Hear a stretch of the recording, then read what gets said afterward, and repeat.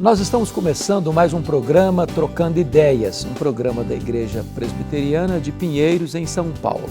Uma igreja abençoadora, comprometida com a Bíblia, uma igreja que cuida de gente, que cuida de famílias, uma igreja missionária, uma igreja que tem sido um luzeiro a brilhar no Brasil e no mundo. Uma igreja para você e para sua família.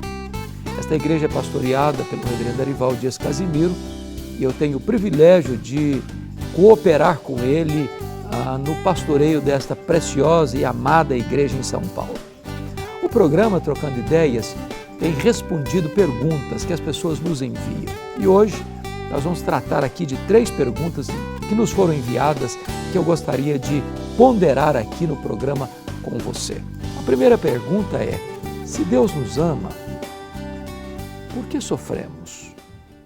Sobretudo questão de doenças, problemas financeiros, problemas na família.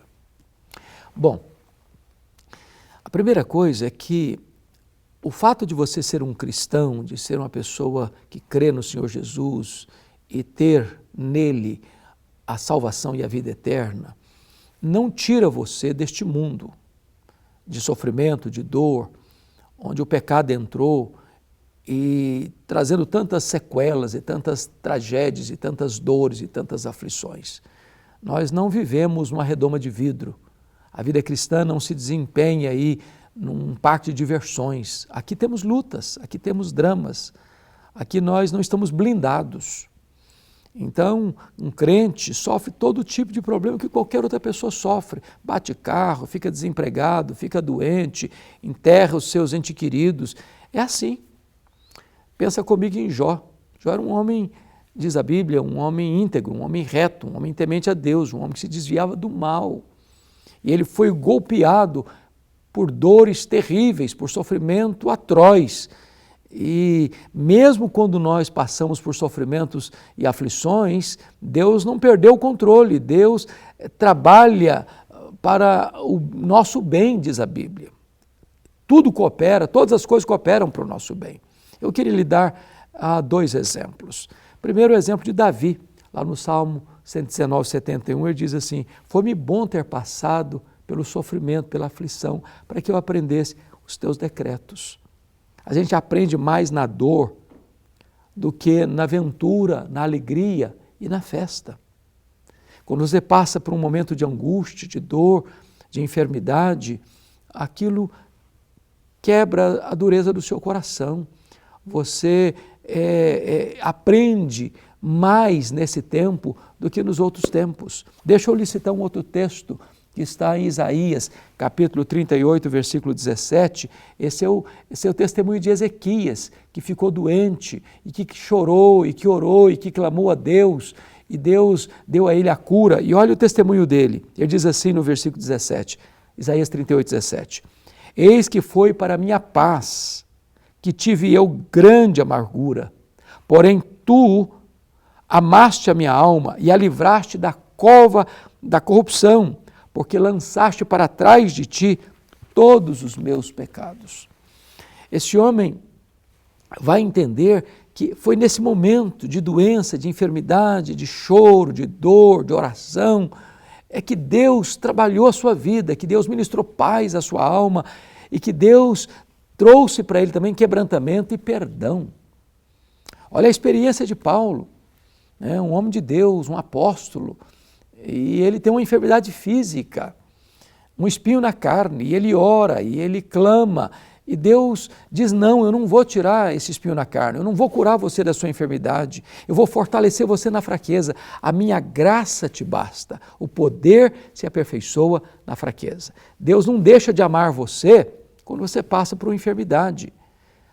Você está enfrentando uma enfermidade, não é porque Deus não gosta de você, ou porque Deus está punindo você, faz parte da própria caminhada da vida cristã, as lutas, e você vai glorificar a Deus nesse sofrimento, e as pessoas vão ver você tendo paz na alma, e vão entender: puxa, mas que coisa impressionante, isso é uma paz que excede todo entendimento, e as pessoas vão conhecer a Deus e glorificar a Deus ao ver você sereno e confiante em Deus, mesmo no sofrimento, na caminhada da vida.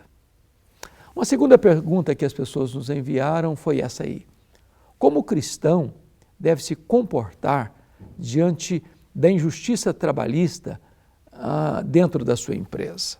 Bom, primeiramente nós vivemos hoje, louvado seja Deus, numa realidade onde nós não temos mais escravidão como era lá no passado.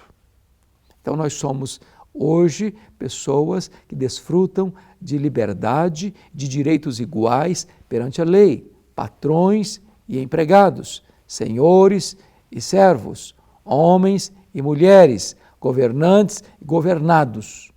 A Constituição nos diz que todos são iguais perante a lei.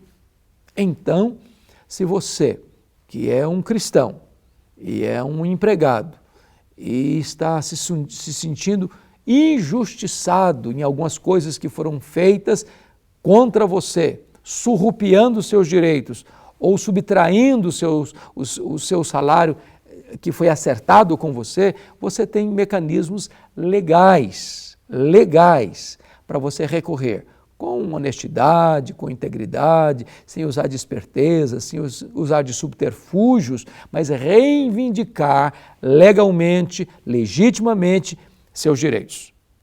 Isso não significa que um cristão nunca pode reivindicar seus direitos. Pode sim. Se faz isso dentro da lei, dentro daquilo que é legítimo, daquilo que é lícito, daquilo que é legal. O cristão não deve agir de maneira desonesta, de maneira fora da lei, de maneira que não esteja amparado por todo o aparato legal da sua nação e do seu país. Desta forma, ele pode sim reivindicar, ele pode sim pedir que seus direitos sejam restabelecidos se ele se sente injustiçado no seu trabalho.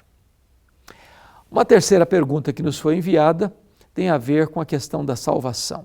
A pessoa tem dúvidas a respeito da questão da eleição.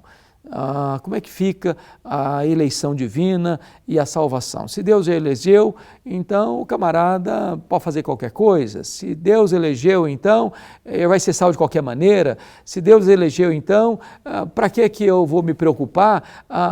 Porque se eu estou eleito, vou ser salvo de qualquer jeito mesmo. Se tem eleição, para que eu devo evangelizar então? E são tantas perguntas que as pessoas fazem em relação à questão da eleição. Bom, vamos dar uma olhadinha aqui. Primeiro, é que a eleição não é uma criação da igreja, é uma revelação de Deus. Deus é soberano e Deus estabeleceu que Ele, pela sua livre graça, escolheu aqueles na eternidade que Ele deu ao seu Filho para que sejam salvos. Agora, a eleição ela é em Cristo. Não há nenhuma chance de uma pessoa ser salva sem se arrepender e sem crer em Cristo. As pessoas que creem em Cristo são exatamente aquelas pessoas que foram dadas pelo Deus Pai ao Deus Filho. Jesus Cristo disse isso com muita clareza lá em João 6, 36 a 44. Ninguém pode vir a mim se o Pai não o trouxer. Todo aquele que meu Pai me dá, esse virá a mim. E o que vem a mim, de maneira nenhuma eu o lançarei fora. O apóstolo Paulo, escrevendo aos Efésios, disse que Deus nos escolheu em Cristo antes da fundação do mundo para sermos santos e irrepreensíveis perante Ele em amor. Então eu vou explicar algumas coisas. Primeiro, uma pessoa que acha que ela é eleita e pode viver de qualquer maneira, que ela vai ser salva de qualquer forma, ela não entendeu a doutrina da eleição. Deus nos escolheu em Cristo para sermos santos e irrepreensíveis. Então, a evidência de que alguém de fato é um eleito de Deus é se ele creu em Jesus Cristo e vive uma vida de santidade e irrepreensibilidade. Deus não nos escolhe para a salvação por causa da nossa santidade. Deus nos escolheu em Cristo para sermos santos e não porque éramos santos. Por exemplo, está escrito também lá em Atos 13, 48, que todos quantos foram destinados para a vida eterna creram. Não está escrito lá que todos os que creram foram destinados. O que o texto está dizendo é que a fé não é a causa da eleição. A fé é resultado da eleição. Eu criei porque Deus me escolheu. Eu estava morto nos meus delitos e pecados. Eu não podia escolher a Deus por mim mesmo. Um morto não age, um morto não decide, um morto não reage. Ou Deus dá vida a ele, ou ele não pode nem mesmo crer. A própria fé é dom de Deus, tudo procede de Deus, que nos reconciliou consigo mesmo por intermédio de nosso Senhor Jesus Cristo.